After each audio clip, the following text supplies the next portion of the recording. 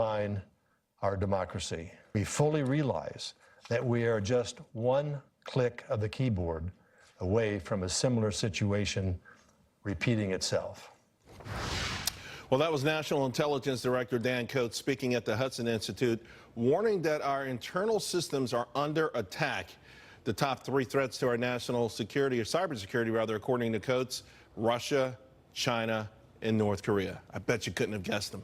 Here now to discuss, Lester Munson, National Security Institute Senior Fellow, Dan Cheng, Cyber Dragon Inside China's Information Warfare and Cyber Operations author, and back with us, Stephen Yates.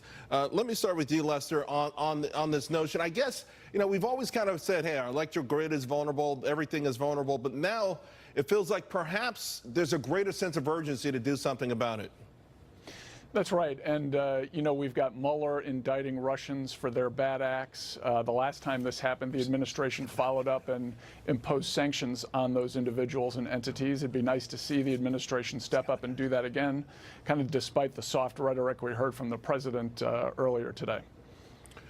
So, Stephen, you know, last week with the indictments, it was sort of embarrassing because so many of these things came from good old-fashioned, you know, techniques that have been around for about 30 years. And so if we're not up to snuff on stopping spear phishing, you know, and what happens, you know, because apparently there are certain things right now Russia could do. They can flip a switch and do certain harm to our economy, our infrastructure, and the national grid, and they're not the only ones.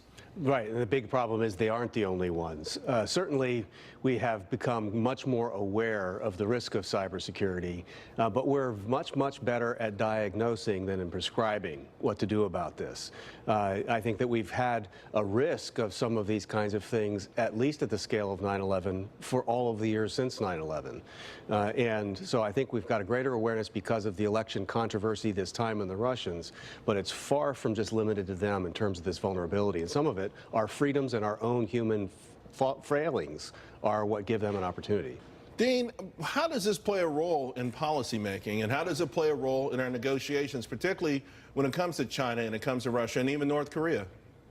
Well, one of the things that should be very worrisome is the extent to which the other side may well be reading our playbooks.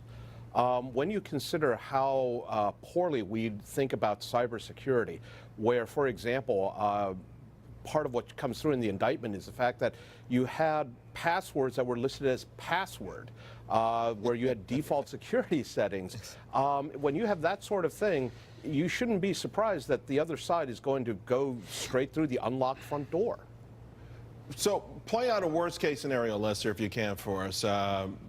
You know, because we know these vulnerabilities exist, we would assume or hope that maybe they're patching them up, even though we always hear the bad guys are one step ahead. But if for instance, Russia decided to flip the switch and to create havoc within our country, what would it look like?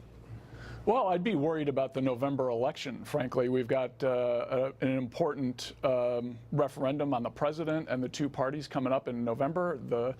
Despite what Putin said, that they're not targeting that election, I don't believe him for a second. I would be very worried about the security of that election. And if it turns out that the American people lose faith in their electoral process, that's a very dangerous thing. But let me just say, I would not count out at all U.S. defense capabilities in this area.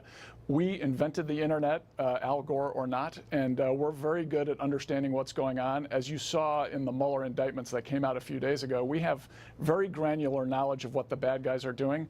So I'm not super worried about it, but we do need to focus on it. Dean, President Trump has talked about a space force. What about a cyber force? I mean, are we at the point now where it's such an integral part of our economy and our everyday lives that we should probably have a dedicated military unit monitoring it?